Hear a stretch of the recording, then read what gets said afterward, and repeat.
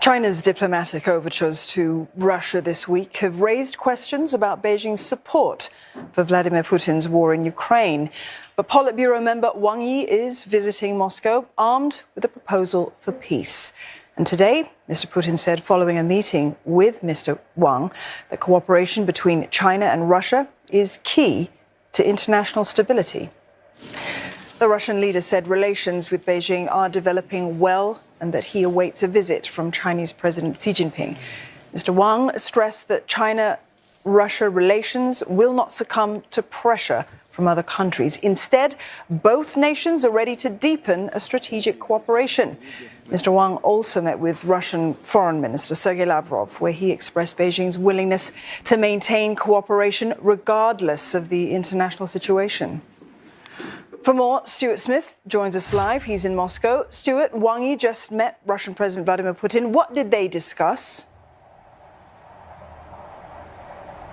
We don't have any specifics from the Kremlin. We know that in opening statements which were made public to Russian pool media, that the emphasis was on how Russia and China would address the international situation. For example, Wang Yi said that relations between Russia and China are not directed against third countries, nor are they influenced or subject to pressure from third countries. A reference most likely to the United States, which with both countries, China and Russia, feeling that the United States is taking positions against both countries that are counter to their national interests. In terms of what, though they may have discussed, we can expect the visit of Xi Jinping most likely, well, definitely in spring, according to Russian officials, most likely at the end of April, early May, according to some United States media.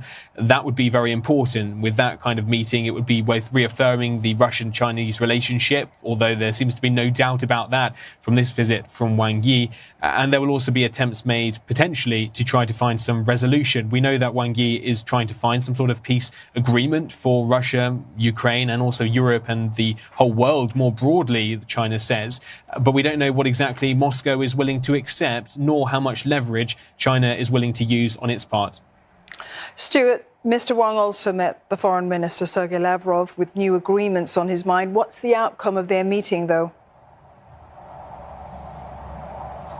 Yeah, we haven't had any official agreement signed, so nothing like that. We do know that there was the repetition of the idea that the relationship between Russia and China is incredibly strong and only deepening and strengthening. There was no mention of any conflict of interests or issues that were negative, only a sense that Russia and China continue to remain very close, despite concerns in the West and Europe that China is preparing to help Russia with weapons, something it says it's not done so far, and something it wouldn't do. We know Russia benefits from China's willingness to accept Russian oil, which the European nations are no longer doing. We know that that means China also benefits from lower oil prices, and we know bilateral relations were part of the discussion. So trade and oil were likely to have been discussed, how those could be increased as Russia looks to the east to finance its treasury when the Western world seems to be closing its doors in the face of Russia's special military operation against Ukraine.